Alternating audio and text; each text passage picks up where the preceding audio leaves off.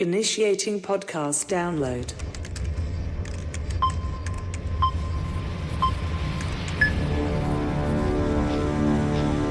Prepare yourself.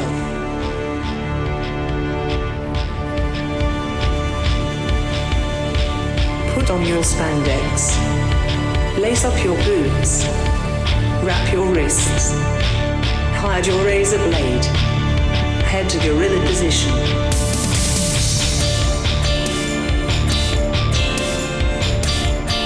Grease up your hair. Apply baby oil. Okay, apply more baby oil. Get into gimmick. Keep your ears open and your mouth shut. Have fun and be safe out there, brother.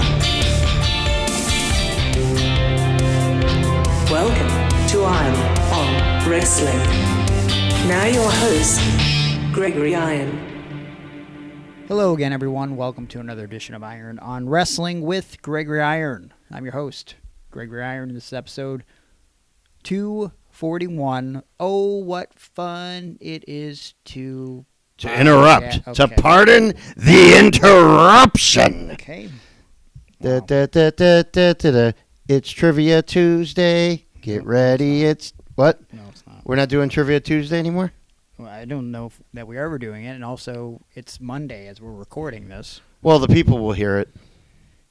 On Tuesday, if they're on patreon.com/Iron Wrestling, where you can Yeah. get the episode early, extended, and or bonus episodes that we offer each and every week. Bonus audio, bonus video. More bonus video will be coming once I get better mics. My lapel mics currently are not good. That's been my feedback on the YouTube videos, and so I need to invest in a better mic, and so I don't want to put any more shitty sounding audio out into the atmosphere. Well, that's right. Shitty-o. I like it. Shitty-o. And, you bonus videos. We'll put your name in the video for being a part of the Patreon, of course, if you're over on patreon.com/Iron Wrestling. $9 gets you involved in Zoom chat, which I didn't do last week because for some reason everybody was down with the Zoom chat, and then everybody had to cancel on the Zoom chat. So I think we're going to be doing it this week. Potentially, if you're listening to this on Tuesday night, we're going to be trying to get this in. So if you're listening to this on Tuesday afternoon or wherever the fuck, and I haven't already sent it out, send me a message and let me know that you're a part of the Zoom chat at the $9 tier. And go up and up in the tiers, get stuff in the mail. We're actually just collaborating. Why can I not talk today? That's I don't all right. understand. You have brain contusions. I do. Many. We were talking earlier about a potential item that we're going to put in next month's gift package, which I have to ship out before I go to Germany. I don't know if I've talked about that, but I'll talk about that in depth at some point. But Yeah, we were going to send you guys open package condoms. what? Yeah, where the condoms have been taken out of the packages, but you still get the package. Okay. And then I write on there which female or male that I used that condom on. Okay, I'll that's provide not- a brief synopsis That's not on happening. the intercourse. That is not a thing. No. But so we send out packages every 3 months over on Patreon. So if you want to get involved, you got to sign up now so you can get a package in the mail from us. And just, it's the best way to support the show. Patreon.com/Iron Wrestling. You can also message us bonus podcast topics if you're at the $9 tier and above. And also, you can just send us questions at any tier on the Patreon. Any single tier you sign up for, you get priority with your questions on the show. So hit us up, patreon.com/Iron on Wrestling. Follow us on social media at Iron on Wrestling. Make sure you subscribe to the podcast if you're listening for free, whether it be iTunes, Spotify, YouTube, wherever you listen to the podcast. Make sure you leave us a comment on YouTube or, maybe a review of the podcast and leave us 5 stars. It creates visibility for the podcast. But now that I'm done rambling, Aaron, how are you? Oh, good to see you. Good to see you. We didn't talk about it last week. Me, Greg, me don't talk about things last week. Because I didn't get your gift yet, but I gave Yeah. it to you today. It was your Yeah. birthday last week. You're a year older. How old are you now? Legitimately, don't lie. I think 47. Okay, I can't even believe you're 47, honestly. Yeah, especially because I look younger now than I did when I was 37. Yeah. But Yeah. so I don't know. It's been a great year so far. Mm-hmm. This week, this birth, whatever. And people always say, I always found this weird. People say, "Oh man, to be like 27 again, huh?" No, No, that was Nope, horrible. not at all. No interest. Very young and stupid. Yeah. So, yeah, but everything's good. Wow. And I got a gift from you, which topped everything this year. Please tell us what the gift was. Well, back in the day, me and my buddy Tiger Rudo used to always watch ECW, and we popped for the Italian flag that had Tommy Rich's likeness airbrushed on it. Mm-hmm. Never knew why that was a thing, but it was hilarious to Yeah. us, especially because it's Tommy Rich's face. Sure. So we always talked about that, and Greg found that flag, the original flag. Well, it's not the original for that, sure. That J.T. Smith had. Nope. And confiscated them by Lou E. Dangerously. Mm-hmm. And Greg went to his house and signed some autographs and got the thing for me, and now it's up in my room. It's a very beautiful flag, and actually, you yourself could get you one of those flags if you just keep a lookout over at Stash Pages over on Instagram. They're always releasing various ridiculous and great wrestling items throughout history, items that you probably never knew you wanted to exist, but they create them. So check them out, Stash Pages over on Instagram. They rule. So it's worth your time. And it's always free to look. So Instagram. Stash Pages, Yes. followed by Jacob777 and 21 more. Okay, yeah, that's it. All right, I'm following right here, right now, in front of all you people. Because Instagram isn't being banned like TikTok, so I think we'll be good for a while. But, hey, you know what? Tell me. The flag isn't all I got you for your birthday. Oh. We're a little behind schedule with recording today because for some reason I only thought about this about an hour ago. Mm-hmm. Took time to make it happen. AI is a crazy thing. Mm-hmm. And with the power of AI, Yeah. I have taken the time to, with a small prompt, Uh-huh. I've taken the time to write you a birthday song, and hopefully the lyrics are easy to understand. For the Who's benefit- singing it? Hardcore Holly? No, Okay. it's an AI created singer, Uh-huh. and I think it's pretty good. Okay. We'll be posting it to the Iron on Wrestling social media, so you can get if you can't understand the lyrics that well, or if it goes by too fast for you, I'm probably going to read some of them after the fact that we might have missed, but I'll have a video with text for the Aaron birthday song, which I just entitled Aaron's Birthday. Are you ready for it? Yes, I am. Well, am I going to cry? Probably not. Okay. Probably not, honestly. Okay. But I think it's a pretty good song. I'm ready to cry. I'll probably actually make a real music video for this bad boy too, because it's too good.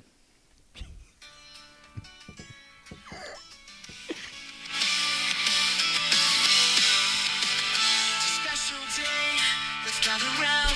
Aaron Bauer's birthday, we're gonna get loud. Started with our destiny tree in the ring. Power bombed on his head, but he learned to swing. Rod would say, hey, throw with a grin so wide. Tough love in the ring, but Aaron took it in stride. From the bumps and bruises to the dreams he chased. He met Tommy Rich and his heart raced. Happy birthday, Aaron Bauer, it's your special day. Mr. Freestyle, sorry, lost the way, feeling great with TNT up by your side. Gregory Iron loves you, Navy boyfriend. Back to the mic, Aaron found his groove. Obtaining matches, making all the moves. Managed by Mr. Brinks, security guard strong. Together they face the world where they both belong. Sonny Rich, the champion, legend in the game. May Aaron Bauer share the fame and help the TNT.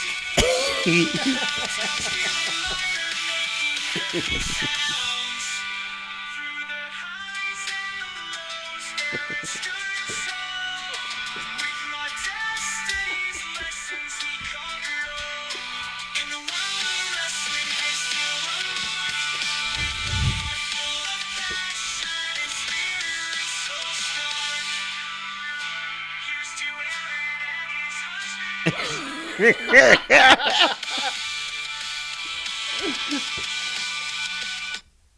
All right, so look, I kind of ruined like the the punchlines on there because I started laughing because I was reading them before they were coming out. Yeah. Well, I was afraid like you wouldn't be able to hear or understand Yeah. it, so like I had to make the lyric video. But Yeah, that's good. there it is. Thank you. Happy That's birthday. my favorite thing. This I bet that goes to the top of the charts. the internet is terrifying. I just want to make that clear. We can do anything. Literally, the only prompt that I wrote, actually, now it's all gone. Oh. GPT erased it. But I don't know if there's a way to look back at things that I've written in the past here, but it is gone. But I didn't write much, Okay. and that's what it generated. Yeah, that was awesome. I can't wait to use it on you, I guess. Okay. Greg's yeah. coming out day. Yeah, it's a scary world we live in. I'll tell you that. But happy birthday, Aaron. Thank you. Yeah. What was your favorite part of that song? Was it about me maybe being your Yeah, boyfriend yeah. as a surprise? Surprise, yeah, that or was funny. your husband Bushwhacker Lou? I love that. And then me and Mr. Brinks together. Yeah. Well, Whatever happened to that guy? We should have him on the podcast one day. No. No? I would never Throat want that to slash. happen. Yeah. Just God, it's terrifying. Literally the only prompts for that song that was acoustic rock, Yeah. uplifting, and emotional. Ooh. And that's Yeah. what we got. So okay. I'm going to have to download this thing or whatever you do. Is it a app? It's a thing that I do. Yeah. Okay. So I'll figure it out. Yeah. Or I'll just write you one myself and sing it to you. Your idea. Gregory Iron, All right. you came out of the closet did not. today. That's not a thing that I did. No. However, I did get my. Did you see that picture I sent you? I got it from Brandon X. The picture of us randomly holding hands. On the way to the ring last week. What a great picture. I didn't know anybody actually captured a photo Yeah. of that. So now What a beautiful moment that will. everyone knows. Hey, and you know what I'd like to do with that photo? What's that? I'd like to pass it on to a good buddy of mine. His name's Juan Ortiz. Oh yeah, of the Dead Design. Designs, yeah, and you can put you and me holding hands on a cloud in heaven. Official sponsor of the show of the Dead Designs, can create any artwork for you. He's actually done designs for literally every major world champion on television right now, for MLW, for WWE, for AEW, and he's been creating artwork for a decade and a half. He's had his stuff in Hot Topic, and not only has he done artwork for every current world champion, all the notable stars for every major promotion, but he's done stuff for us, and he could do things for you at an affordable price. I mean, He's the best there is. the best there was. The best there ever will be. In my opinion, he quite frankly is, and He's got a lot of heart. a lot of soul too. Yeah, heart and soul. SummerSlam '97. He could create a piece of artwork about that pay-per-view if you wanted him to, or just anything for a friend, relative, girlfriend, boyfriend, husband, Bushwhacker Both. Luke, Yeah. anything like that. And the first step to making that happen is by following Of the Dead Designs on their Instagram, because that entitles you to $10 off your first purchase from Of the Dead Designs. And, tell them Iron on Wrestling sent you. I mean, that'll definitely help, as he's a sponsor for the show. And after you follow Of the Dead Designs and send that message, either on Instagram or on Facebook, facebook.com/ofthedeaddesigns, or on his website, ofthedead.weebly.com, tell Juan what you want. He'll get it done at an affordable price, and he'll get it done promptly. And before you know it, Of the Dead Designs will have brought your artwork to life. Wow. There's other stuff we got to plug later, but Yeah. I think we should talk about the biggest thing we're going to talk about on the show today. It was your idea for this dong. week's. No, Yes. that's a very Very small, huge these very days. very short Bigger than it's ever been. episode. Somebody at work the other day said, is that your dong in your pants? And it was. Mhm. You ever have one of those just like it's a extra good day? I'm not even sure what you mean right now. Where it's a little bit bigger than it normally is? Yeah, I guess. Okay. Let's go yeah. with it. Well, mine's noticeable now, apparently. So, what fellow employee said this, and why was this not like a sexual harassment issue? You know what? I was wondering the same thing. We've been talking about it at work. I don't want to bring it up here because I don't want to The dong or sexual harassment? The dong we can bring up here. I'm Okay. open to talk about that. Okay. All right. Well, we're not going to talk about that. We're going to talk about I do wonder why women think it's okay to come up to men and make comments. And also, they weren't commenting 100 pounds ago. Well, it's always funny how that works. Nobody was going, hey, we really appreciate your humor and your mind, Aaron. We are going to talk about fantasy booking. Yeah. We've been talking this for a while, and this is going to be our first real attempt at this. And we're not going with an actual timeline. We're just kind of go back and forth to see what we can come up with here. Aaron wanted to do a fantasy booking of the Hot Rod, Roddy Piper, versus the voice of the Voiceless, CM Punk. We're going to get into the details of how we're going to work this out when we get to the subject, but also we're going to talk about a couple current things. And in fact, for a bonus podcast episode / extended episode, we're going to talk a little bit more in depth about the King of the Ring, the King tournament. and Queen. Yes, some of our predictions. We might actually talk about some of our predictions on the regular version here, but we want to talk about some of the best and the worst King of the Ring moments over on the bonus episode at patreon.com/Iron Wrestling. And who knows what other bonuses we're going to talk about. But one other We thing, might not even get to that subject. We might not. We're gonna be off the rails today. I can already feel it. Greg's drinking his pink lemonade, sugar free. It is very much sugar free. But one more thing I want to talk about, and then we could talk about whatever else we can talk about before we talk about the actual subject. We're going to talk about a lot of things we talk on the show. It's a podcast. Ric Flair. Yeah, we touched on it last week. Yes. His incident at Piezano's Pizzeria. Yeah. But after we recorded on Monday, we had very limited information. More information about this has come out. And there was a debate what exactly happened. But the bottom line is now it's come out that Ric Flair has said that pretty much everything that was claimed by the managers at Piezano's happened, but he claims he was not drunk. And originally, there was a claim that the video was not going to come out. That was according to the managers at Piezano's. But then another manager, I think, put the video out. Yeah. And the manager that wanted to make the money. It's embarrassing. Yeah. It's very embarrassing. I haven't watched it. You didn't watch it? I didn't watch the video yet because I figured we would watch that together today. Are we going to do that for the podcast? We could just watch it during the break while we're eating steak. I could pull up the audio. Let me do that real quick. Let me pull up the audio for Ric Flair at Piezano's, and we can kind of stop and commentate on it. All right, I found the audio on YouTube, and you could tell me to stop as we go along, and we listen to this as Ric Flair gets into a fight at a bar and kicked out, as the video is titled. Well, I didn't do anything wrong.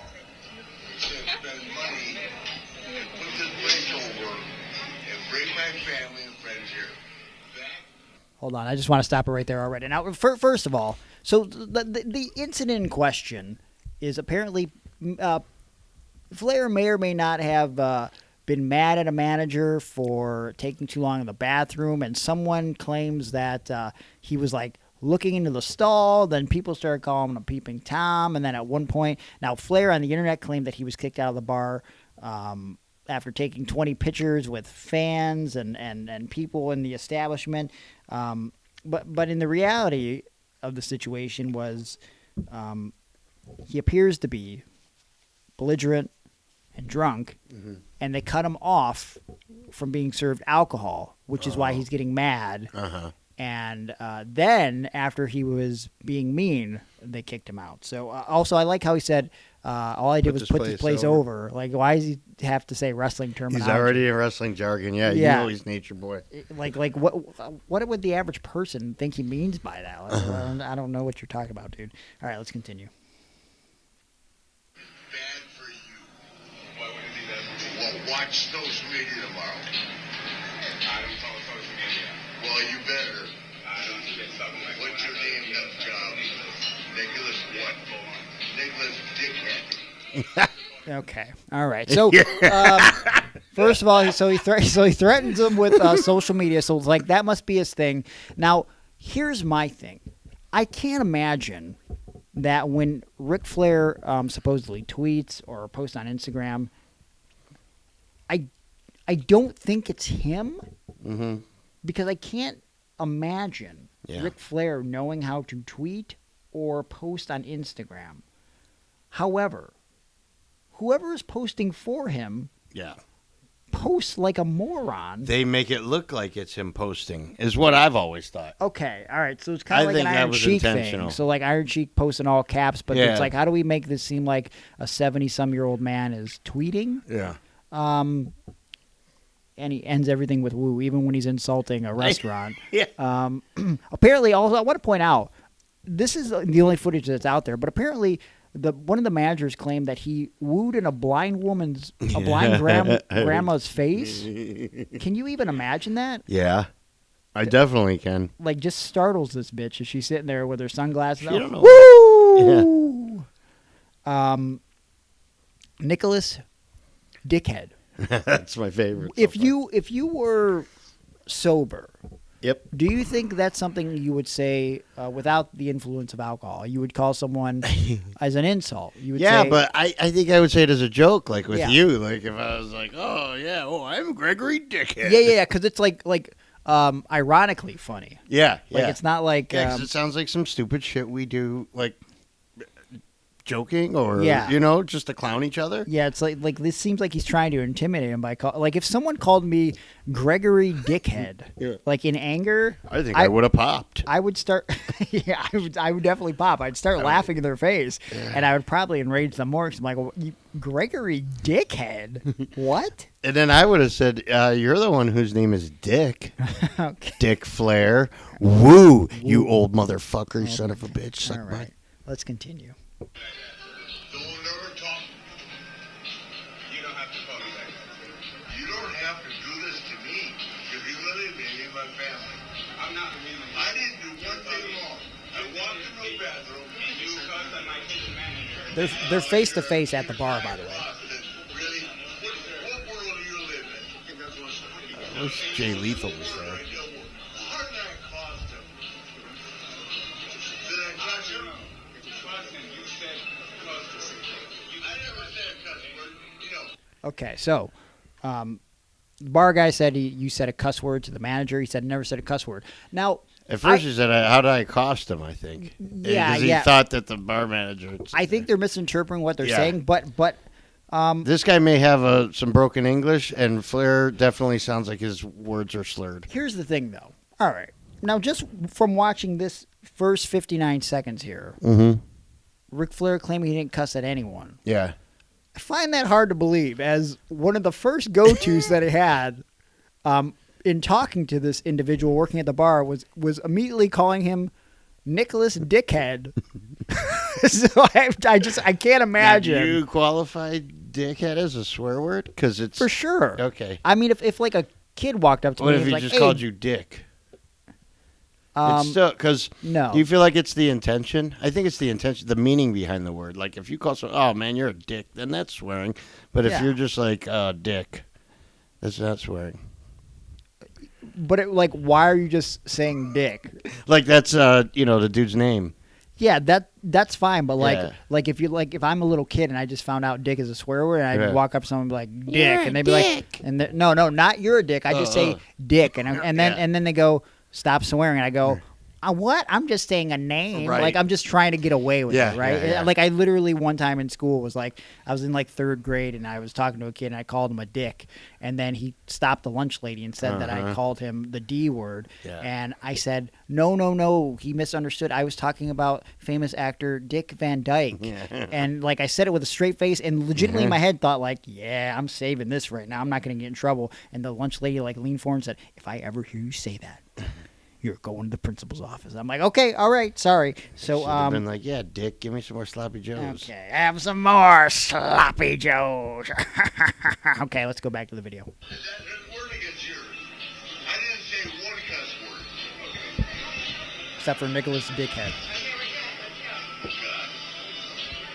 Just random people sitting at the bar. Give you $1,000 tip just to say to him, kiss my ass. Okay, so this plays into the amount of money that Ric Flair claimed that he spent. Because on social media, he said all he did was take 20 pictures and spend $1,500 in a pizza establishment.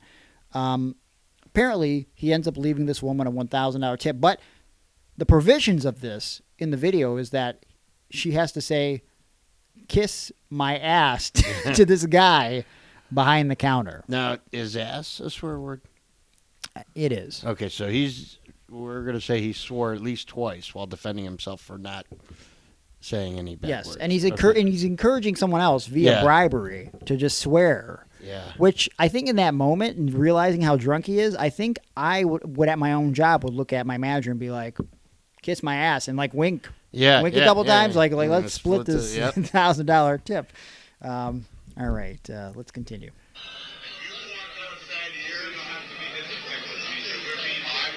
Don't have to be disrespectful. Tell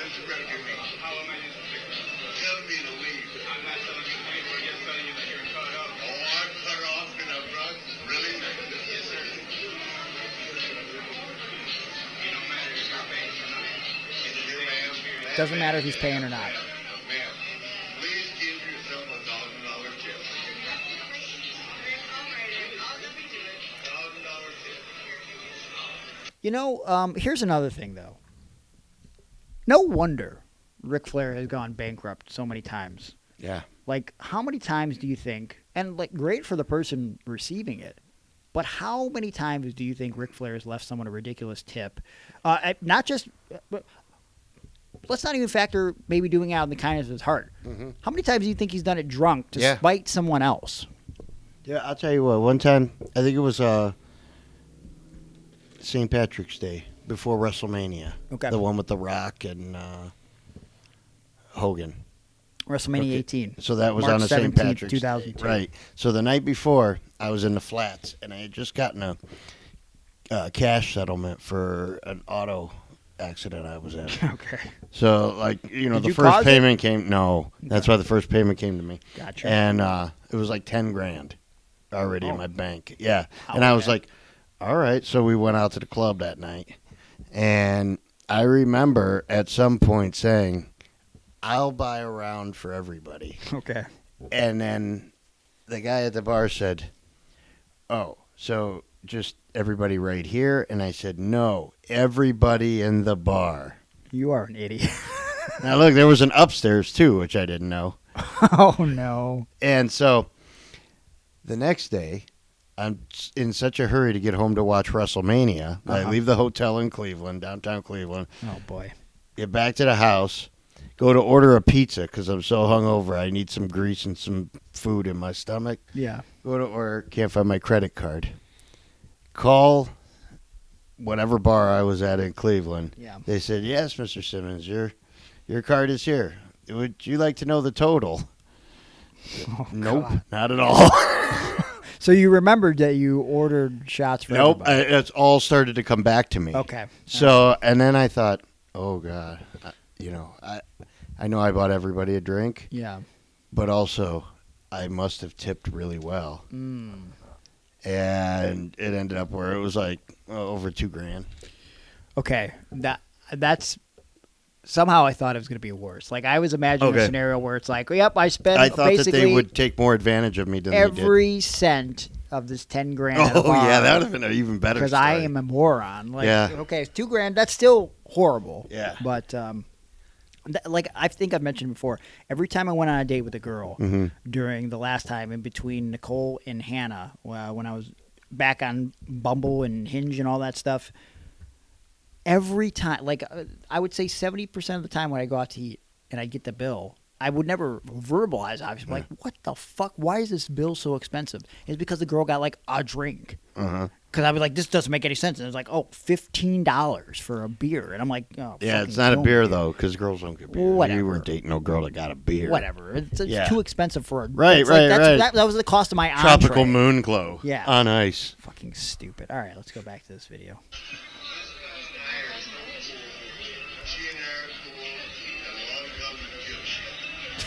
Dipshit. So now he's calling him dipshit. This is going to be inaudible on the podcast, just so you know.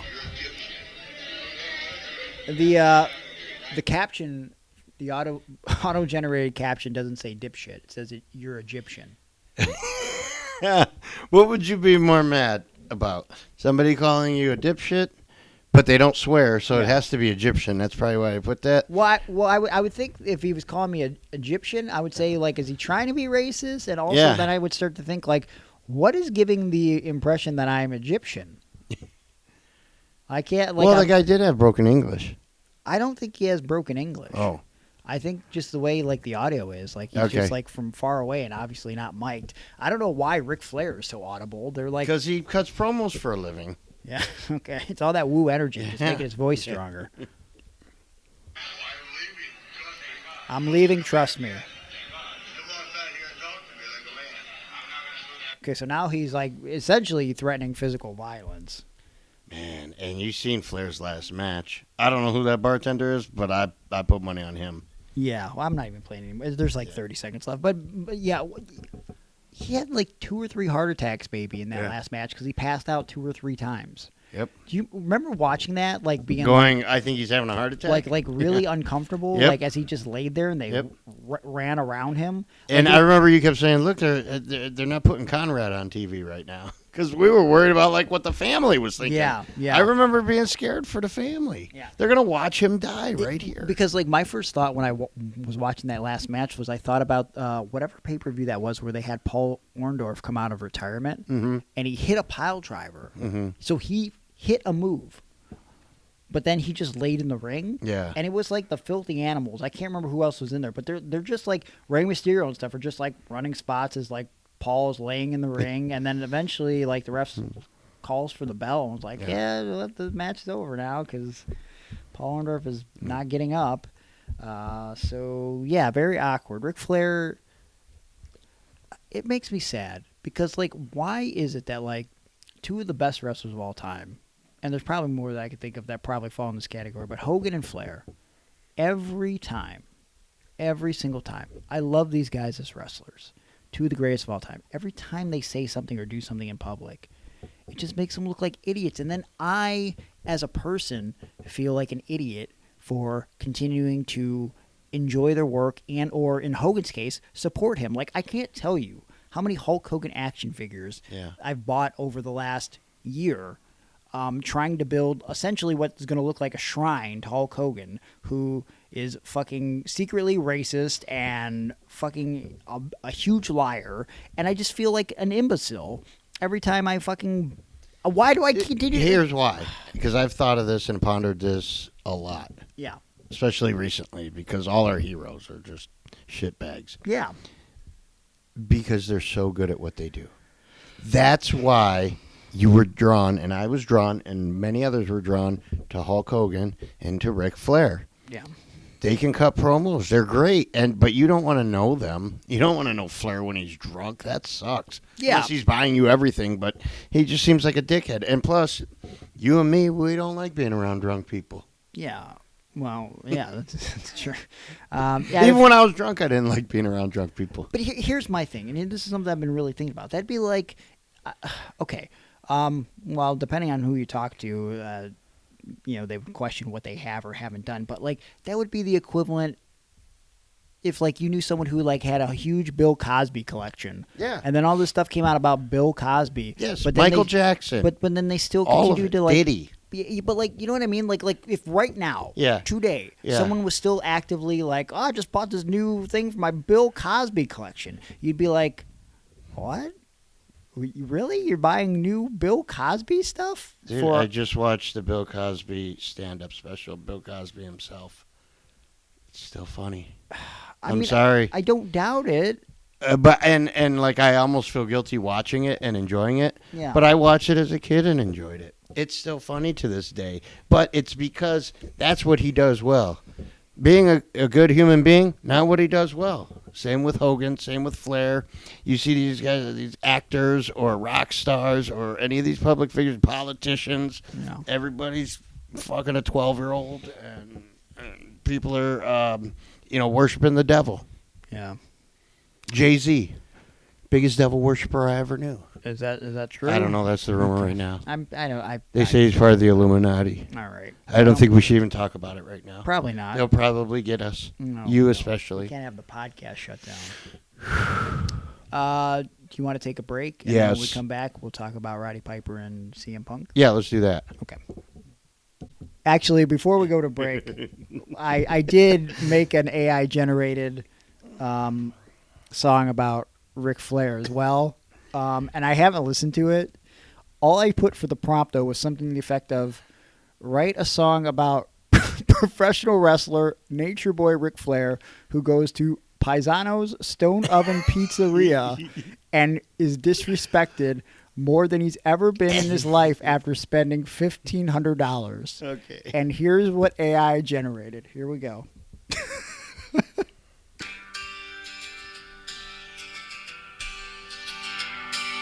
the heart of the city, under neon lights, a legend walks in ready for the night. Nature boy Ric Flair, dressed in his best attitude. Piezano's, cut above. Piezano's. He spent 1,500 with all the wine. All around for the house, feeling mighty fine. But something was brewing, trouble in the air. Boy, disrespect and shame. Yes.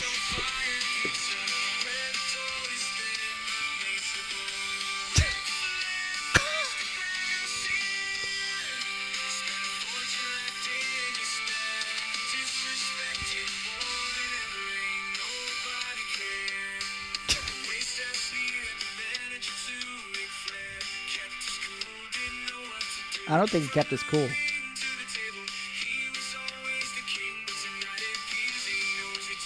Piezano's. Do you know who I am?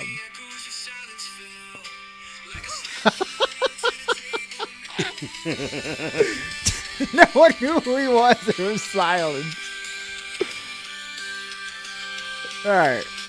There's more, but we're going to a commercial break. That's all you need to hear. No one knew who he was. There was silence. He was more disrespected than ever before. But you won't find disrespect from us.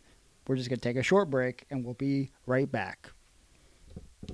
You know, it came up a little bit in your birthday song, Aaron, but I think we need to discuss TNT Health a little bit here. What do you think? Oh, I would love to. TNT-health.com, one of the official sponsors for Iron on Wrestling, been helping me progress my fitness journey, got Aaron back on a fitness journey in the best shape of his life. And they have a variety of health and wellness supplements over on their website. I'm talking if you want fat burners, muscle building supplements, basic protein, pre-workout, pro hormones, just healthy everyday living things like amino acids, vitamins, minerals. TNT-Health has the stuff that you want. I've been using the pre-workout, the Zoom, which has a lot of caffeine, so much that I don't even take one scoop. I take about a half scoop, maybe a little bit less, because there's roughly 300 milligrams of caffeine in one scoop of their Zoom pre-workout. I take their creatine to help my muscle gains. I take their glutamine for my post-workout. And I've been using their vanilla organic protein powder that I just mix in some water after a workout, and it's been helping me greatly, and it tastes delicious despite only being put into water. Aaron, what's your favorite supplement to use from TNT Health right now? You know what? I was using the YK11, but now I'm thinking about I might have to make a switch back to the Osterine or the Rad 140. Both of those were incredibly useful in helping my progression to turn all this meat into meat muscle. It's free to look over at TNT-health.com, but you should invest in something for yourself over there. At TNT Health, they're not selling you supplements, they're selling you results. And Mike from TNT Health is going to be with you on this fitness journey every step of the way. He can answer any questions that you may need. He's going to be checking in on you to make sure that the products you're investing in is doing the things that you want them to do. And even better, if you buy anything at TNT-health.com, you're going to save 10% when you use promo code IRONON. That's IRONON. That's IRONON. And you'll save 10%. So what are you waiting for? Go to TNT-health.com right now and take advantage of their great deals. Get started on your fitness journey, or get moving on that fitness journey a little quicker, because at TNT-health.com, it's about your health today, not tomorrow. Hey, so if somebody... Okay, what episode is this? 241, you said? 241. 241, okay. I'd say if you get on the supplements that I got on with TNT Health, you will be down 20 pounds by episode 244, 20 pounds? I would say. What is that, 4 weeks? Yep. Okay. If you work the program, I swear 20 to God. pounds? Yep. I feel like you can't be telling these guys fibs. Are you Hulk Hogan right now? Is this your Hulk Hogan impression? No, I swear. I think as long as you're working the right program and you're taking those supplements, I got eyesight back. I don't know whether it's 100% from that, but I don't wear glasses anymore. Everything has improved. I don't have diabetes anymore. I don't take any medications except for my supplements that are provided by TNT Health. Well, So I think 20 pounds, I think it's within reason. And if anybody wants to challenge me on that, well, then let's take the challenge. all right. Sounds like a plan. But you know what? It's a plan for right now. We got to talk this fantasy booking scenario. Two of the all-time greats, the Hot Rod, Roddy Piper, and CM Punk. You pitched this idea of doing this fantasy warfare, and I guess lay it out for me. What are you thinking? Well, it was weird. I was thinking about podcasters that I would have loved to have heard, and I would love to hear Roddy Piper have had a real good podcast. I think he had a couple attempts at one that really maybe didn't go over. But if it was also like with someone, I was thinking how it would be great if it was with Punk. Yeah. And those two going back and forth sounds like it would be fantastic. And I thought, well, shit, if I'm in a fantasy book a podcast, let's not just fantasy book a podcast. Let's fantasy book a whole wrestling angle, a feud between the two. So So- when you pitch this to me, like in my mind, I try to think about like obviously booking fantasy warfare is cool, but we need some ground rules now. Like what I like to think about when I fantasy book is like I try to take timelines that sort of existed and switching it up a little bit. Like what would have happened if we would have put this change here? And for me, immediately I was like, damn, like I wish there was a timeline that would make sense where I could get Piper, maybe not his absolute best, but still in good working shape to go against CM Punk. But unfortunately, their paths never crossed when they were at their absolute best. So we really have to go full on fantasy here because, like, I mean, technically, look, we could have done maybe a 2003 Piper against a 2003 Ring of Honor CM Punk, which I think the dynamic of that could have been very cool. Yeah. You got the young up-and-coming CM Punk, who at the time was in the midst of a feud with Raven, who I think that feud is incredibly underrated. And for some, if you don't follow old Ring of Honor or you don't try to keep up on old Ring of Honor, kind of lost to time. One of the underrated Ring of Honor feuds. If you go up a little further, Punk and Piper were kind of in WWE together during the 2009 run where he came back to feud with Jericho. So there could have been potential to have a in-ring match between Punk and Piper, but I think at that stage of the game, I don't want to book that. So in this scenario, I feel like we have to pick two versions of both CM Punk and one individual version of each, CM Punk and Roddy Piper, and I guess maybe pick a place. I don't know. What are you thinking? A time and place? Like I'm going WWE. And then what was the years that you were saying 2003? Piper was still active and Punk was active? yes. Okay. Yeah, I could do that. I mean, I don't know. How would you bring them in?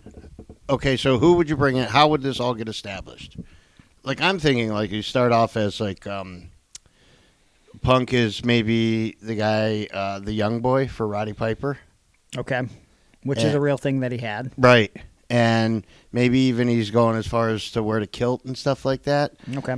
And maybe he's like feels like he's holding himself back because he's with Piper, and it's that time old story of student and teacher. I can dig that. Yeah, and Punk being as brash and outspoken as he is, maybe starts criticizing Piper for going soft in his old age. Okay. I could see that. Yeah, and then Piper's cutting the promos that we maybe used to hear, or Punk is cutting the promos that we used to hear Piper cut. Okay.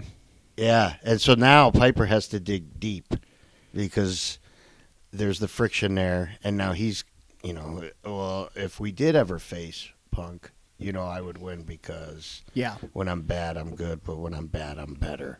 Whatever that dumb shit was he said. Even though Piper wasn't at his physical peak in 2003, I do find it interesting in this scenario because even though I just said we probably can't do it, it's interesting, and it on paper to me and in my brain, it makes more sense because at the time when Piper came back in 2003 to the WWE, they put him with Sean O'Haire. Yeah. And I get the idea behind doing that, giving Sean O'Haire a credible mouthpiece, a credible pro wrestler, main event of the first WrestleMania, did so much all across the world and in various promotions. But for me, I never felt like Sean O'Haire and Piper clicked. It didn't look right. Yeah. You're right. mean? There was something wrong there. Both of them individually seemed like they were both major stars. Piper, we knew, ended up, was a major star. Yeah. But Sean O'Haire, man, that's one of them guys that I always said that's going to be the next big heel in wrestling, and he just never was. Yeah. There was nothing about them, not looks-wise, not promo-wise. So what if we that put went Punk together. in that role? That's what I'm thinking. Yeah. CM Okay, I Punk like that. Is with Piper. Piper brings in this young, brash kid that he sees something in, that he sees himself in this young CM Punk, and he just wants to help him along. Yes, Punk is willing to sort of be the young boy, the bag boy, and help Piper on the road and stuff, but at the same time, I think Piper is going to be giving Punk all these tips and tricks and all the insight that he's learned over his 2-3 decades plus in the business. See, I can see even little backstage things where Piper's getting ready to leave the arena after being interviewed by Michael Cole in the back, and he looks at Punk and he goes, "All right, let's get out of here. Grab that bag for me." And then Punk is just kind of sitting cocky, maybe tipping back in a chair, and he gets up and walks by the bag and says, "Hey, you get it yourself." Okay. Yeah. And then that's just a small thing, and then maybe he even goes, "Nah, I'm just kidding," and he goes and he gets the bag. Sure. But that's laying the seeds, man. Yeah, and I think that would have to come as Punk begins to take this advice, and as he's doing dirty deeds for Piper. Let's just assume for this scenario, so we don't veer too off the path of what was actually happened. Let's say that around this time, which was really happened, Piper, when he came back, he was at WrestleMania 19 to try to interfere on the behalf of Mr. McMahon against Hulk Hogan. Okay. Yeah. Obviously, Hulk Hogan and Piper go back to WrestleMania 1, and during this time frame... Now, this was before Piper had found Christ, right? Where he left Hogan a message. You got to go back to last week's podcast to hear about that. But, yes, this was before that, and around this time, Hulk Hogan becomes Mr. America. Or so we think. Did we ever find out if he was actually Mr. America? It's hard to when he tell. lifted his mask up and showed everyone. Oh, I must have missed that clip. But anyways, Piper had this big grudge against Mr. America and was hell bent on revealing that he was in fact Hulk Hogan. So do you think, because there was a scenario where Sean O'Haire wrestled Mr. America, can you imagine if on behalf of Roddy Piper, in an effort to try and reveal that this is in fact Hulk Hogan, in 2003 we would have got Shorts Ring of Honor CM Punk versus Mr. America. A tag team match? Piper and Punk against Mr. America and Zach Gowen. Oh my God, that... To think about a young Zach versus a young Punk, yes, that would have been nuts because Punk would have been doing shit that he probably doesn't do anymore. Yeah. Zach would have definitely been doing shit that he doesn't do anymore. Literally, I remember, because obviously I loved watching Zach stuff, but then I looked at it different and more in depth when I became a wrestler. So when we had our match against each other, I'm calling all this shit from Zach 2003 that he's like, I don't even do that anymore. I'm like, oh, come on, but you should, though. It'd be cool. He used to do, with one leg, he would do, he would springboard off the bottom rope. I already know. And then he would come back with a leg lariat with his one leg. Mm-hmm. I remember trying to call that for our match at Resolution 5, and he was like, I don't do that, man. I did that. But I would love for, TV. fucking Punk to go for a leg lariat on Zach, and Zach ducks it and fucking springboards to the bottom and comes back with a leg lariat on Punk. Like, that's like the start of a comeback, Yeah. before a hot tag to Piper and Hogan. And, like, man. Hogan, I mean, Mr. America, I'm sorry. Now look, maybe even Punk gets beaten or something, and he has to go under a mask. Could you imagine him under a mask? That happened. Oh yeah! Straight so up to Punk side. under a mask, Yeah. Hogan under a mask. Yeah. Oh, Mind you guys, we have not written anything down. We're just kind of spitballing here. Hey, I would have brought in Raven. Was he in WWE at the time, or was that while he was in TNA? He had just left, or he was about to. No, he was gone because Okay. he's in TNA at this point. Yeah. which is why we also got the Ring of Honor feud with CM Punk. Well, which is also Punk and Raven were in a faction together They were with Julio De De Niro Niro and Mickey Fantastico. James. And who? Mickey James. Oh, right. Yeah.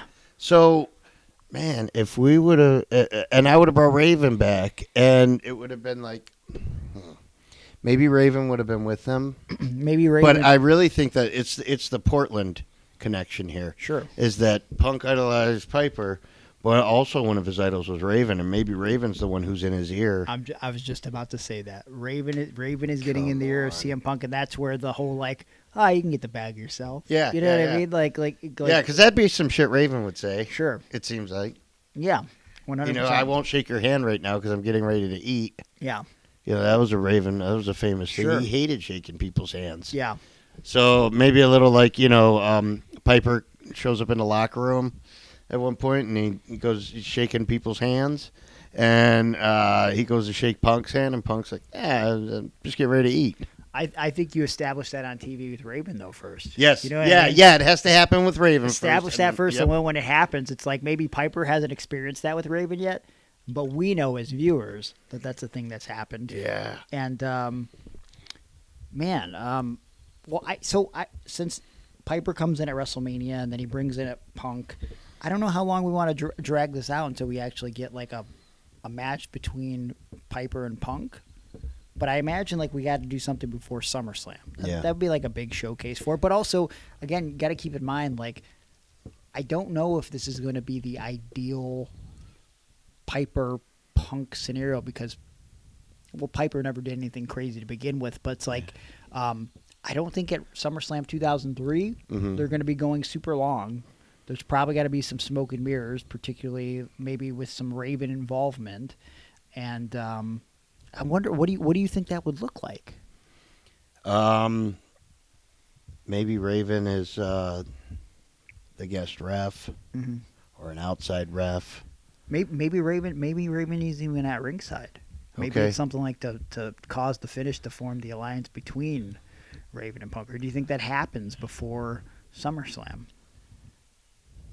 Or is the payoff SummerSlam? There's got to be something before SummerSlam, I imagine, to set up this Yeah. match. Also, here's the promo I can see is that Roddy Piper, who did the sleeper, Yeah. would say, "Hey, Punk, at SummerSlam, I'm going to put you to sleep." And Punk in turn says, "Oh yeah, Piper, I'm going to make you go to sleep." Yeah. I like that scenario.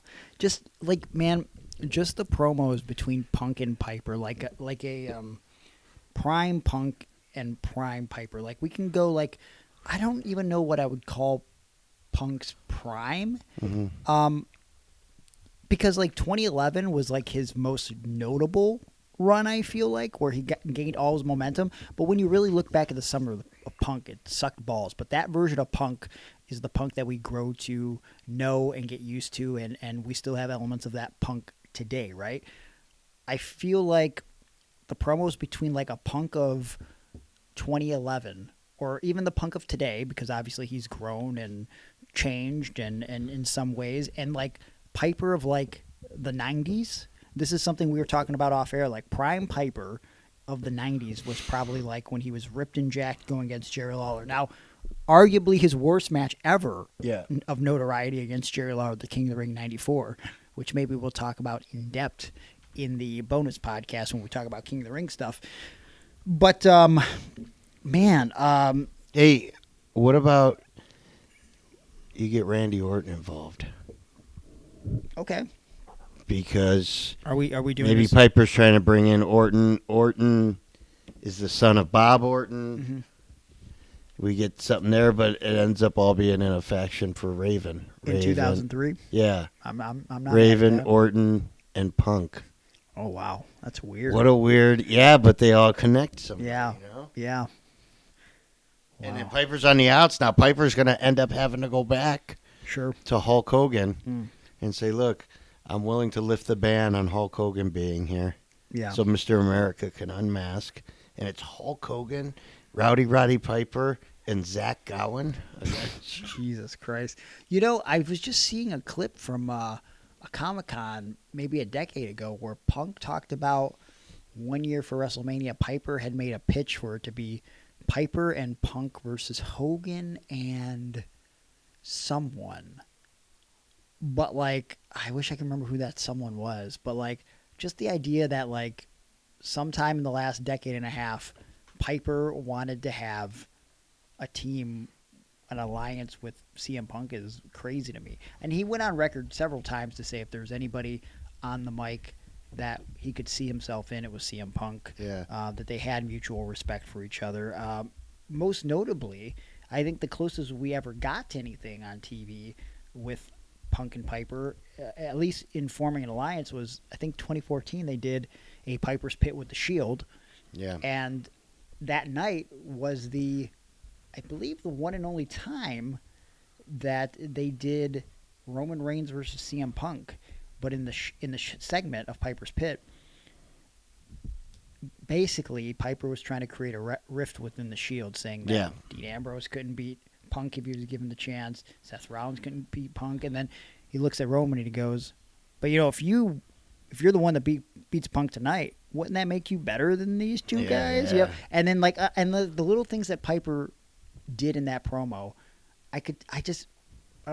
just the thought of Piper and Punk promos against each other are incredible because like it's little things like you guys can't beat CM Punk, and then he got in the face of every member of the Shield and looked at him like Punk, Yeah. Punk, and you know what I mean? Like there's so many different things that he may or may not have been trying to do there. Chants of Punk, calling them punks while referring to CM Punk. You know what I mean? You know, it's just like I always think back to that promo where Piper is revealing that Eric Bischoff My didn't favorite. actually come to his house to try to renew or to give him a contract for WCW, and he says, "Hey, what is the driveway to my house look like? Is it crooked or straight? Yeah. Is it crooked or straight?" And then he gets attacked by the NWO. If we did Piper in like the 90s versus Punk of today, that is my ideal scenario. I don't know if we put them in this time frame. I mean, either way we could do it, but like, can you imagine this Punk? This is too sophisticated for back then. You think For so? WWE. Yeah. Yeah, if they would have wrote it themselves for ROH or something, man, Sure. that would have been fucking hot. Yeah. ECW, if that was still around then. So I mean, yeah. So maybe this doesn't have. Maybe 90s Piper has to come to 2024 WWE. Yeah. You know what I mean? Because like I think Piper obviously was always ahead of his time. Always wrote all of his own shit. Yeah. Punk is clearly influenced by Roddy Piper. Arguably, I know we're kind of getting off track here, but you know, kind of staying on brand with the Punk scenario, dude. So disappointing when Punk gets hurt and can't do WrestleMania against Seth Rollins. However, if that doesn't happen, this Drew McIntyre shit that's happening right now is some of the best work from both of these individuals that they've ever done. Oh, yeah. You know what I mean? Like Both of them are at the top of their game right now. You can't tell me at a time that was better for Drew McIntyre. No. That's for damn sure. No. And then Punk, it's arguable. yeah. You know, I mean, you could say the Punk of the Summer of Punk was the best, or the ROH Summer of Punk, or whatever, anything, the Gold Bond Mafia Punk. But Can you imagine a scenario where does it work to have like a babyface 90s Punk against a babyface CM Punk of today? I mean, someone's probably going to have to be a little bit more aggressive when it comes time for the match, but like, yeah, I mean, that could work though, Right. right? Like. A Piper versus Punk? Okay, wait a minute. Yeah. Now that we're talking about transplanting him into 2024, 90s Oh, my Piper. God, you're right. So we could have Punk, when he turns against Roddy Piper, on the lead-up and the build to their SummerSlam match, he challenges Piper Niven because he doesn't even like anybody named Piper. Okay, no, I mean, I'm thinking of a completely different scenario. Now, Don't! Okay, obviously we have Drew McIntyre and Punk doing their best work right now. Yeah. It's obvious. McIntyre wears the freaking kilt. What if somewhere in this feud with our time machine, we can implant Hot Rod from 90s WWF into 2024 WWE? Like maybe something happens where during the course of this Drew Punk match, or like after a series of Drew Punk matches, we get 90s Piper coming to help Drew McIntyre. Yeah. Oh, wait. Yeah. His Scottish compadre. Yeah. Oh, man. And they bagpipe together. Well, I mean, that just seems weird.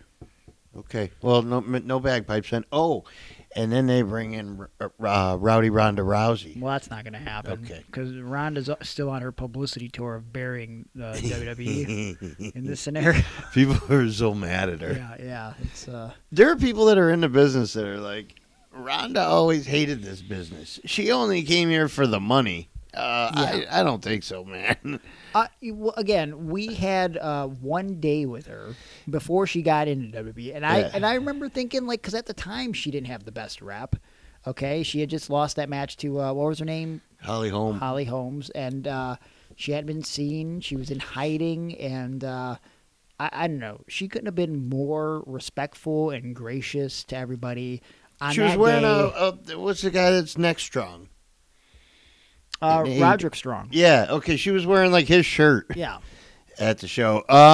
No, I'm just saying, not knowing any of that, she has enough money and invested her money wisely to where she didn't need to go to the WWE. Yeah. She wasn't there for the money grab. Right. She could have just done another fight and made more than she does in a year. Probably. You know, Yeah. UFC, she's getting like $1 million a fight Right. just to do the job the last 2 times. Oh yeah. Oops, did I expose that? Yeah, maybe you did. So I think there's a scenario where maybe the last match in the series of Punk McIntyre, Roddy Piper helps McIntyre get the victory, and at some point, as they form this alliance, like we can kind of, McIntyre goes off and does his own thing, even though he's like still aligned with Piper. Now we're starting to build Piper and Punk, and they could talk about the mutual respect they have for one another, and Punk can talk about idolizing Piper in the 80s, but his time has passed and he's over the hill now. Mind you, where he's talking about 90s Piper being over the hill. You know what I mean? So he's not quite over the hill yet, but he may or may not have had his hip replacement at that point. Now we know for sure that he's had it done by 96 because in the feud with Hogan, he talks about They it. expose the hip, and Big Show hits him with a chair, I think, in the hip. In the, I found it always funny because I think he only did it one time where he did the cell where he jumps on one leg, because of his hip. Yeah. And in the WCW NWO Revenge game, when you wiggle the joystick, that was one of his taunts, and I always found that funny that he's like letting you know, like, hey, my hip's not that bad. But yeah, I mean, Punk could talk about how Piper's got the bad hip, and then Piper can kind of talk about, well, you're not exactly prone to injury yourself. Not bud. prone to injury. And he can kind of talk about all the injuries that Punk has had just by being poked, and how he just falls apart, and how he can't match up to Piper, and And Piper gets out, look, I was going to bring you in. You be my bag boy. You'd be fine. But now you want to be out on your own. I think obviously the promos are going to sell these matches. And I've told this story before on the podcast. Piper was a master. He once I believe it was at a sauna with RJ City. They were across from one another. This was during their downtime on the set of a movie. And Piper said, "Get up and start walking towards me." Mhm. And they started slowly walking towards each other. And even as slow as RJ was going, Piper would say, "Slower, walk slower." Yeah. And they slowly started inching closer and closer to each other until RJ said it gets incredibly awkward because they become nose to nose by themselves. Naked in a sauna. I don't know if they were butt naked, but they were in a What else? sauna. Have you ever been in a sauna? I've been in there not naked in just my underwear and a towel. Weirdo. Okay. They got nose to nose, alone in a sauna. Yeah. And then Piper says, "That's how you draw money." Yeah. And RJ realized that as weird as that was, it was a lesson. This is why Piper was on top for as long as he was. So, I think if they do a couple matches, in one scenario for me, and we know which one it is, do I believe Piper had a really good wrestling match, and that's against Bret Hart at WrestleMania 8, and one of my favorite wrestling matches of all time. I think Punk is the one guy, if we transplant Roddy into Punk's era right now in 2024, Punk is the one guy that can give Piper a match like Bret could, and I think it helps that Punk also idolizes Bret Hart. So I think in their couple matches to get this going, I mean, Punk could bring out the best wrestler in Roddy Piper. I think there's a best. Do we get Bret Hart involved? We might be able to. But here's how I'm looking. If we do 2 matches to start it out, I think in the wrestling match, somehow, some way, Piper comes out on top. Yeah. Then we get a brawling type scenario. Maybe there's no rules. Yeah. I think Punk comes out on top. And then the third match, and maybe we can insert Bret into the scenario in the build-up or whatever. I'm thinking to culminate for the third match, especially after that second match, which is no holds bar or whatever. Maybe Punk whips Piper like a dog, okay? You want to whip me like a dog, Piper says? You want to treat me like an animal? Well, how about we finish this in a match that I consider to be one of my specialties, a match that I helped create back in 1983 with the help of a hammer. That was awake at the time. He was not wearing sunglasses. He was wide awake. Why don't we do this, kid, in a dog collar match? Yeah. And we know how fucking great the original dog collar match is, and we know that it was revived, and we got the modern classic with MJF and CM Punk. I think we're booking this. I think we got the time going. So, and then dog collar, and here come the Young Bucks, and they kick Larry the dog in the okay, build-up to the. No. Kenny Omega has to put on his VP hat and come out and save the dog. You No. want to make sure that if anybody got hurt, it wasn't going to be the dog, Larry. We could book something where Ace Steel bites Roddy Piper, though, if we wanted to. Yeah, I would. Because, he's not under contract, so I think we're good there. But We just brought Piper back from the dead for this angle. I don't think I'm worried about a contract. we did. Yeah. Well, for sure. We did bring him back from the dead. Because his contract wasn't expired. He was expired. And then you built a time machine out of a DeLorean? Yeah. Do you think... give me some little details for this, like to fill in the gaps here. So we got match 1, wrestling match. Match 2, no holds barred. Again, Piper wins the wrestling match by surprise. And I think I just realized subconsciously, you know what I kind of got that from? Do you remember when they did 3 Stages of Hell with Austin and Triple H? One of Austin's favorite matches of all time. One of the best matches that Austin's ever had. One of the best matches in WWF history. Austin told me personally he didn't like that match, the one they were supposed to watch it, but he That's why I think said what I said. I think he was he's questioning himself. We all do that as performers. He knows that's one of the best matches he's ever had. They do wrestling match, street fight, cage match, and surprisingly, Austin wins the wrestling match, which honestly, I mean, if you're following only Stone Cold Steve Austin, maybe you're surprised that he wins the wrestling match, but Stunning Steve was a damn good wrestler. Yeah. Triple H wins the no holds barred scenario, and then we get the cage match. So I think I just realized subconsciously that's where I stole that from. And then, so I think the dog collar match. Could you see the finish of the dog collar match being Piper gets Punk in a sleeper with the aid of the dog collar around him where he's Ooh. choking him out with it? Uh-huh. And then you get whatever kind of shenanigans happen. Yeah. And that leads to Punk getting out of that sleeper and getting Piper up in the go to sleep. And then hitting that with the chain around his neck. The visual of that, blood everywhere. Yeah. Blood, ass, spit, sweat, everything's everywhere. What do you think? So you think Punk puts over, Piper puts over Punk? Yeah, I mean, just business-wise, yeah. But, I could see Punk being like, you know what, let Piper go out this way with the win. He never got the win over Hogan. He never got, well, I guess he did, right? He did, but it wasn't for the championship. Yeah. You know, and coincidentally, they never exactly announced that the match wasn't for the championship. remember So the that. live crowd was pretty pumped. And then they're like, wait, what? Still the world champion, Hollywood Hulk Hogan. Like, why? What? Why did this happen? But I could see, we know notoriously, Piper was known for not exactly wanting to lose the people. Of note, during his time in the WWF, there are only 2 matches that I could think of where he cleanly lost. And if you're listening out there in, audio land, if you know of any others from the WWF time period where Piper lost cleanly, let me know. Obviously, he lost to Bret Hart at WrestleMania 8, but also it was one of those hidden gems that wasn't released right away.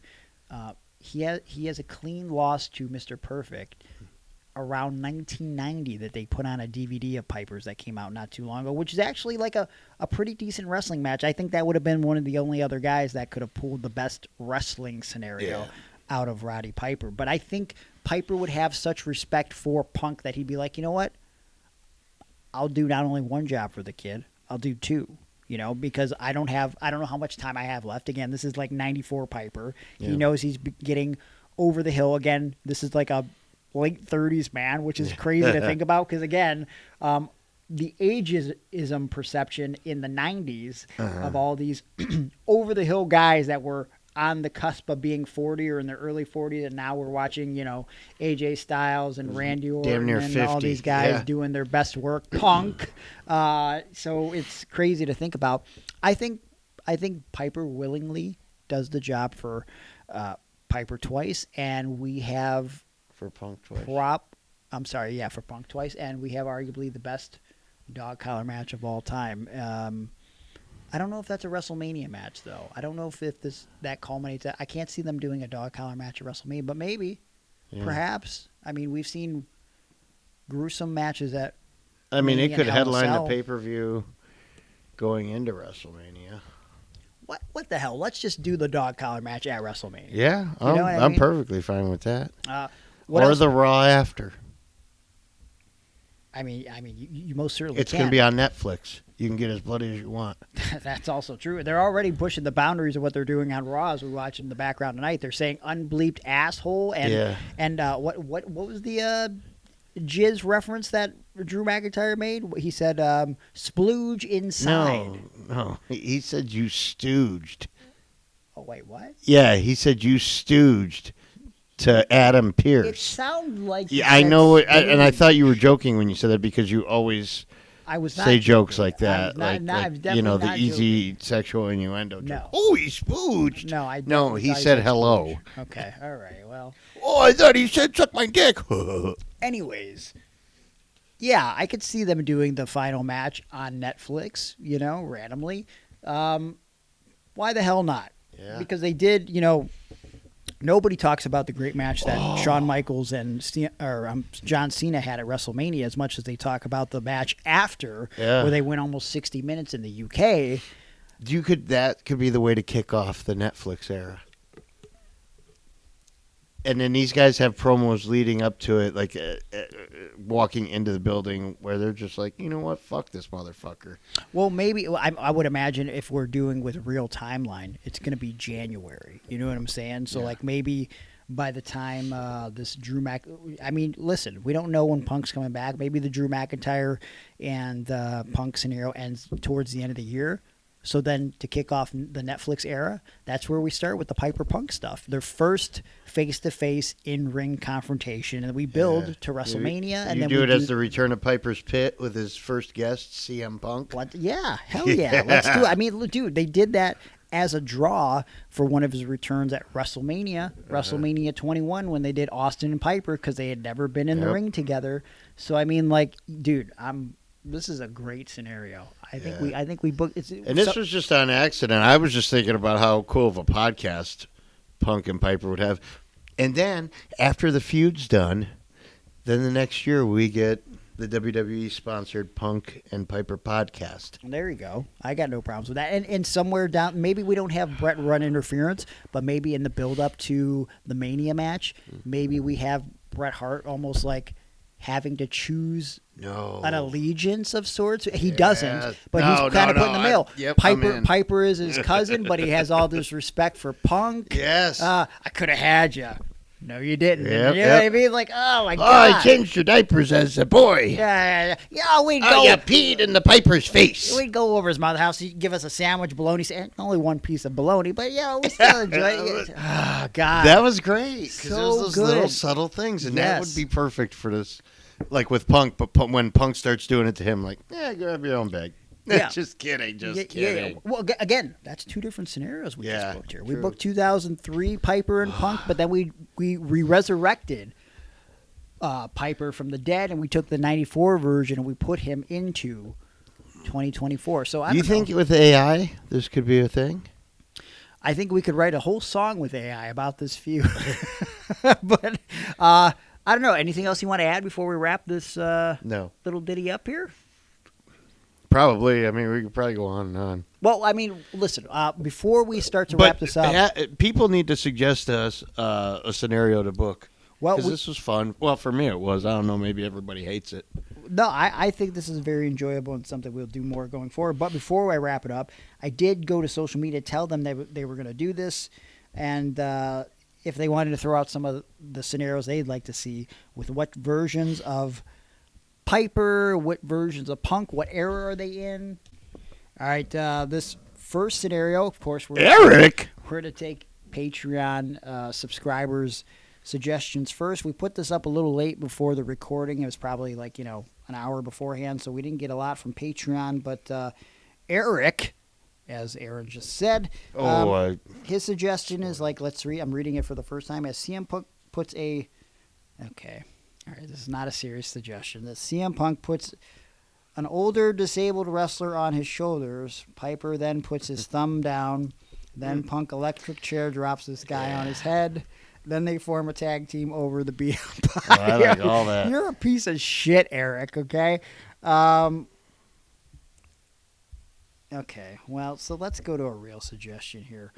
Juan Ortiz says CM Punk would rock a kilt but come out looking like the Circle Jerks guy. Okay, okay. I know you inserted a picture of a Circle Jerks cartoon character with it. Yeah. I could see CM Punk doing that to mock Roddy Piper. Sure. Jeff Noyes says heel Piper from the Coconut Days versus face Punk when he was champ before getting with Heyman after the Money in the Bank. So that would have been 2011-ish, 2012 Punk versus the heel Piper of 1983-84. I mean, I can get behind that. See, and then Piper, my first memory of Piper and knowledge of him was him destroying the wedding of Uncle Elmer. Oh, coming in with like a crutch and just beating the shit out of everything. I'm like, who is this guy? He had that aura about him. Here's the thing, like, to me, Piper never seemed like a small guy, and obviously he was not a tall guy like the athletes of the 80s WWF era. However, it's almost hard for me to fathom that when he came into the WWF that they wanted him just to be a manager because he was too small. That's why he came in as like Dr. D's manager. Like, I don't think that... Because then, as soon as the feud with Piper was over, everybody was a big guy. Right. It was King Kong Bundy, it was Big John Studd, it was Andre the Giant, it was Kamala. Yeah. Big Boss Man, Hakeem. The only guy that broke that mold other than Piper was Yokozuna. no, you fucking Macho Man. Oh, yeah. Macho Man was the only And those guy. were the two best feuds that he had. Yeah. I think. We've talked about just kind of off topic real quick. I see if I can find the picture, I'll post it on social media. I don't know if any of you I other got a guys couple have seen pictures this, you but can post on no, social media. no, No? we're not going to post any of those. There was like a photo that I saw of Macho Man circa 2004, looking pretty lean, still pretty jacked. This is a couple years out after Spider-Man came out, Yeah. still in great shape. And I don't know if this is true. There's a lot of made-up stuff on the internet. I don't know if you guys know this, but they said that around this time, this is what this is what Macho Man looked like in 2004. But he was so body conscious that when he showed up in TNA and wrestled his last match, that he, if you remember, wrestled in a long sleeve black shirt to conceal how, in his eyes, bad his body looked. Tim Fairbanks says 1998 would be the year in Yes. which these guys both converge into. Right after Punk beat Cena for the title and left through the crowd, that would be 2011, Money in the Bank, Piper near the time of busting the coconut over Snuka's head. So that's the same scenario that Jeff Noyes threw out there. Yeah, I mean, I think those are two great eras for both individuals, and they are both, in this particular scenario that these guys are throwing out, younger, angry men. And I think that creates an intriguing scenario, right? Superstar Jerry, podcast superstar Jerry, 90s Piper and current Punk, which is, we did that, so great minds think alike. Greg Carey says straight edge Punk, early ROH days versus 80s Piper. So we kind of almost did that. We did 2003 Piper. Punk with a never meet your heroes that will always disappoint you narrative because Roddy's wild nature. Yeah, that makes perfect sense. Yeah, and like I said, like Punk did some of his best promos in ROH with that attitude, especially when he did his thing with Raven. If you've never seen the Raven Punk feud, go back and watch it because it's one of Punk's best feuds of all time. Oh, man, what if we would have brought in, to be along with the American hero, Mr. America, what if we brought in Chris Hero? we got Chris it done. Hero and Hulk Hogan teaming up against CM Punk and my Roddy God. Piper. He's got these young proteges. And Hero and Punk go to a 90-minute classic And in a it's- tag team match where the other guys never tag in. And instead of Hogan offering steroids to Chris Hero, Yeah. he can talk about Chris Hero in the same light that he's talked about Kevin Owens. Like, when I saw that brother, Kevin Owens, when I discovered him in NXT, I said, brother, that guy's going to make $1 million. He's got the tools. He's got all the tools, Hogan's brother. lie of the week. Aaron Blanchett says Piper with a hot mic talking about Brawl Out and the choke. We didn't even talk about those. Oh. He could have made references to that Yeah. for sure. Also, what kind of match? Traditional Hollywood street fight, dog collar. Now, I do think there could be a Hollywood backlot brawl scenario for sure. But I do think that in the timeline we created, I think the dog collar match just works a little bit better, especially because Dude, we might have to do the... because I think Piper can take little shots at Larry too, Yeah. since we know that's a thing. Yeah. You know. What Go- about what do they call it when during COVID and the Undertaker wrestled AJ Styles? Did they call it some kind of type of match? the Boneyard match? No, but it was like a Cinematic. cinematic. Okay, Sure. Yeah, you got to have Piper and Punk in a cinematic backlot brawl to reflect off of that movie They Live. Yeah, 100%. Oh my God, yeah. If it's Yeah. not it's just a backlot brawl, but it's based off of Yes. the longest fight scene ever in They Live. Yeah, I love that scenario. That's That's gotta happen. good yeah. shit. And also, if you did something like that, that's how you could make a 2009 version of Piper, for example, work well with Yeah. heel Punk in 2009 by doing cinematic matches before people were doing cinematic matches, which that's why I feel like we haven't done it as much as we could post-COVID. COVID created the opportunity to make cinematic matches make sense. WWE sort of tried it when TNA popularized it with the Hardy compound and the Broken Matt Hardy stuff and the Brother Nero stuff. Obviously, we got the Boneyard match, which was really fun, and we got the Firefly Funhouse. But I really think that we still missed out on that opportunity to do like Sting and Taker, like because you could have made it work at that point. You know what I mean? Like you could get away with the smoke and mirrors behind what a cinematic match brings to the table. So yeah, I think we could book a whole other scenario with those guys building to a They Live backlot brawl. Yeah. That's fun stuff. This has been a fun episode, Right? We're going on 90 minutes here, and I think we booked this well. Just but like Punk and Hero. Yes. What matches do you think that we can get out of Punk and Roddy Piper? Would you have booked this scenario different? What are your ideas for this dream scenario? Let Who us do you know. bring in to back up these guys Yes. in the build to their eventual split or to their feud or their blow off match or whatever? What era are you putting them in? What versions of these guys are they in? I'd like to see some version of straight edge society Punk going at Roddy Piper, like almost like there could be very different, but almost a mind game scenario, much like Goldust had with Piper, but obviously different. You know what I mean? Like he's got that cult mentality with Roddy Piper.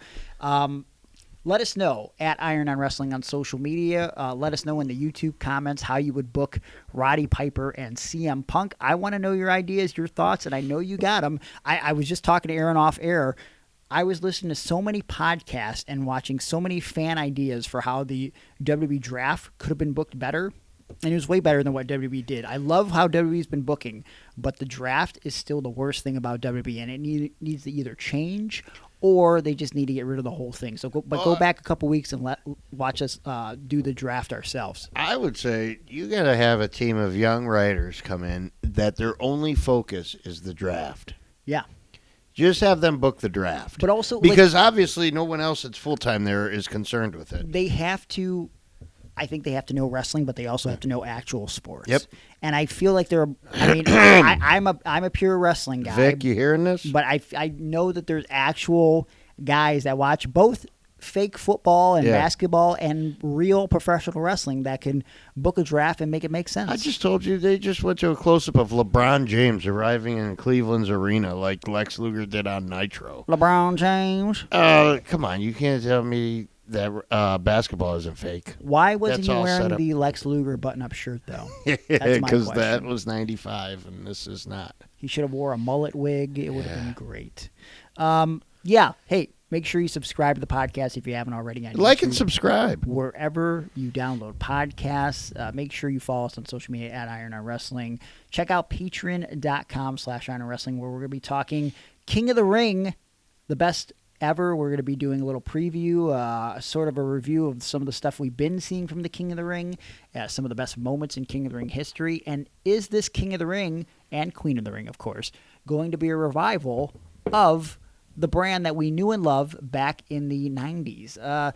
Make sure you follow me on social media. You can find me at Gregory Iron on Twitter, at Gregory_Iron on Instagram, Facebook.com/The Handicapped Hero. You could book me there for pro wrestling seminars, motivational speaking engagements. Sometimes, hey, if you're a cheapskate promoter, guess what? You can book me to speak at a local school, which will help you promote your show. The school will pay me, and you don't have to. So drop in my DMs about that. Let's work something out. Go to prowrestlingtees.com/Gregory Iron to buy my shirts, Aaron shirts, Rod Destiny shirts. You know the guy that powerbombed Aaron on his head. Happy birthday, Aaron. And make sure you go to Cameo. You get a shout out from me on Cameo. Just search Gregory Iron. And if you want to talk to me longer than on Cameo, Patreon for $9. You can be involved in the Zoom chat. We'll talk about stuff that we never talk about on the podcast. Aaron, what would you like to plug, my friend? At Fair to Air, at Fair to Aaron. That's X and Instagram. Let's do it. Okay, so until next week, I guess we're going to bid you farewell. Unless you're on Patreon, then we're going to talk longer. And I guess the only way we can say goodbye is with a... Lovemaking session. Well, we could do that, but it's got to start with a passionate kiss goodbye. It could be more passionate, I feel. Okay, didn't need that. No, stop. Great. Happy birthday, Aaron Bauer, it's your special day. With Mr. Prince by your side, keep the trouble at bay. Lost the weight, feeling great with